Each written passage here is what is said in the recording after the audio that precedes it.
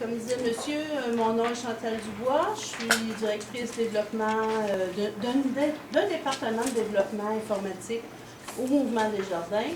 Moi, je travaille plus pour l'assurance de dommages des jardins. Vous allez dire, je suis un dinosaure, vous êtes tous des jeunes de l'âge de mes enfants. Ça fait 30 ans que je travaille en informatique. J'ai fait mon DEC comme vous autres. J'ai fini en 81. Et je suis au Mouvement des Jardins depuis ce temps-là.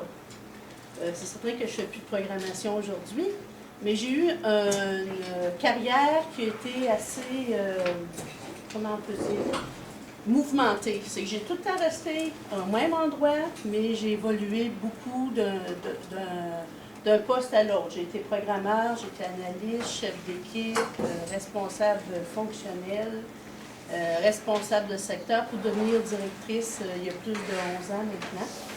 Et ça me fait plaisir de venir partager un peu de mon expérience, mais aussi qu'est-ce que c'est l'informatique en milieu, nous autres on est une institution financière, donc dans le milieu de la gestion en tant que telle. Premièrement, je voudrais vous poser comme question, vous êtes en première année d'informatique, c'est quoi qui a motivé votre choix pour vos études?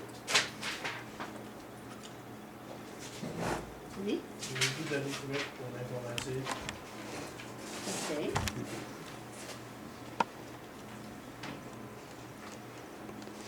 Quand je dis informatique, c'est quoi le premier mot qui vous vient en tête? Ordinateur. Et dans l'application qu'on fait de l'informatique, c'est quoi les premiers mots qui vous viennent en tête? Programmation.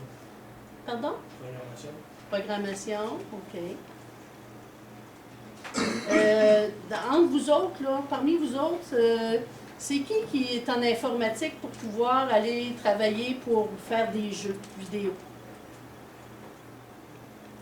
Okay. Pour aller travailler plus du côté scientifique. Comme à l'armée, à Valcartier, là, il y en embauche des gens qui travaillent en informatique. Pour travailler en informatique plus de gestion. Pouvez-vous me dire à Québec, à quel endroit vous pouvez trouver des emplois en informatique de gestion?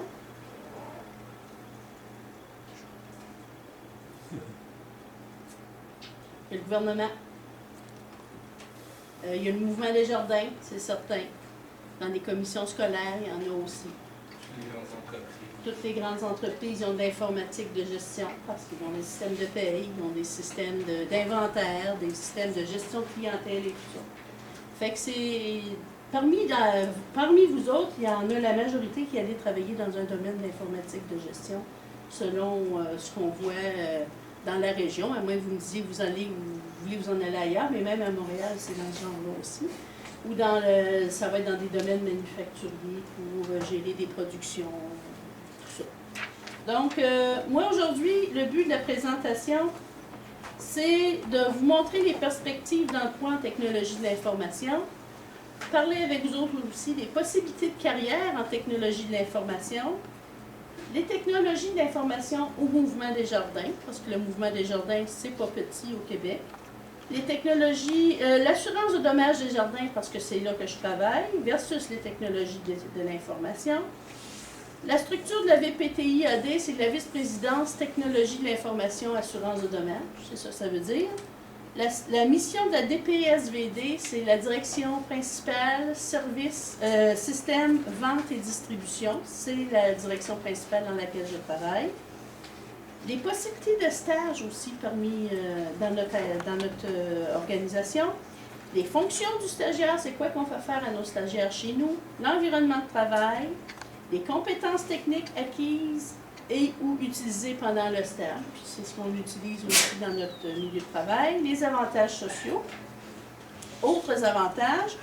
Puis pourquoi choisir le DGAG, c'est Desjardins Groupe d'assurance générale, comme milieu de stage.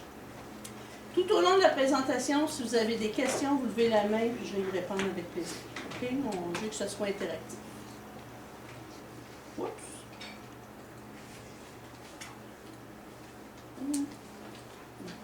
Donc, les perspectives d'emploi en technologie de l'information, bien, comme on le sait, le monde de la technologie, il est vaste et vraiment diversifié. Les technologies de l'information sont utilisées à différentes sauces, donc pour les jeux vidéo, pour le web aussi. Il y a le web, je n'ai pas posé la question tantôt, mais il y a le côté web. Volet scientifique, comme l'armée canadienne utilise ça. On peut en avoir aussi dans les industries pharmaceutiques et tout ce qui a en fin de compte un volet scientifique. Et il y a de l'informatique de gestion, on voit ça beaucoup au niveau du gouvernement. À Québec, il y a plusieurs compagnies d'assurance. On voit ça aussi au niveau de toutes les entreprises qui ont des employés, de la clientèle, de l'inventaire et tout ça. C'est tout de l'informatique de gestion. Les possibilités de carrière en technologie, c'est certain que quand on finit avec un DEC, on commence comme programmeur. On ne commence pas comme président de la compagnie, il va sans dire. Il faut faire nos classes, il faut monter les échelons. Donc, un DEC en informatique t'amène tout de suite à un poste de programmeur. À moins que tu veuilles faire de l'installation d'ordinateurs, aller travailler dans des helpdesk qu'ils appellent, des centres d'aide aux utilisateurs. Tu réponds aux personnes qui ont des problèmes avec leur système, puis tu leur donnes des pistes de solutions, puis si tu n'en viens pas à bout, bien là, tu passes à un autre niveau de service. Quand tu sors du bac en informatique, là, tu as plus de... Quand tu fais un bac, ce qui se rajoute à la programmation, c'est que tu fais plus d'analyse, plus de concepts d'analyse. Donc, si tu sors du bac, on va te donner chez nous un poste d'analyste programmeur, parce que tu es apte à faire plus d'analyse tout de suite en partant. Pour un programmeur, pour atteindre un poste d'analyste programmeur, ça prend 2 ans d'expérience.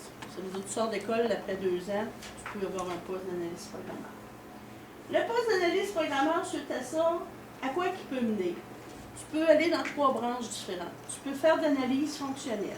Ça veut dire que tu vas faire de l'analyse sur le fonctionnement de des systèmes qui sont déjà existants ou de nouveaux systèmes qu'on veut mettre en place, mais c'est vraiment relié avec le domaine d'affaires. Donc, tu vas travailler en étroite collaboration avec les gens d'affaires pour avoir leurs besoins puis être capable de traduire ça en système informatique. Par exemple, dans un secteur d'affaires, nous autres, on a des gens d'affaires qui vendent des polices d'assurance. Les polices d'assurance auto et habitation qui vendent dans les caisses populaires, c'est nous autres.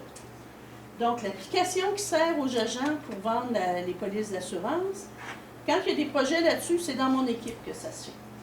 Donc, mes analystes fonctionnels, ce qu'ils font quand on a un nouveau projet, ils rencontrent les gens d'affaires qui en font la demande, ils voient c'est quoi les besoins qu'ils ont, ils évaluent c'est quoi, comment ça va coûter pour faire ça en nombre de jours personnes, puis après ça, on organise le projet, on le planifie tout ça et on réalise. Aussi, suite à avoir été analyste programmeur, ben, je vais continuer l'axe fonctionnel, après ça on ira dans les autres axes. Après avoir été analyste fonctionnel, après quelques années, on va le voir plus tard, tu peux devenir conseiller fonctionnel. C'est que là, lui, le conseiller fonctionnel monte d'un cran. Donc, on va lui donner des projets qui sont plus complexes. Il est encore en relation avec les gens d'affaires. On va lui donner de l'organisation, de stratégie, tout ça à faire. Après le conseiller fonctionnel, tu peux devenir chargé de projet. Là, c'est plus un axe qui monte vers la gestion, en fin de compte. Le chargé de projet, lui, il va planifier les projets. Il va faire le suivi de la réalisation du projet, il va aller voir la ressource, il va dire, bon, ben là, cette tâche-là doit être finie la semaine prochaine. Est-ce que tu as assez de temps pour le faire? Est-ce que tu es assez avancé ou est-ce que tu as trop de temps pour le faire? On va t'en enlever puis on va le donner à quelqu'un d'autre le temps si tu en as trop. Donc, c'est la job du chargé de projet.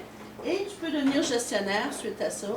Donc, gérer des équipes de travail, puis tu as des chargés de projet sur toi, des conseillers fonctionnels, des analystes fonctionnels. C'est ce que je fais aujourd'hui.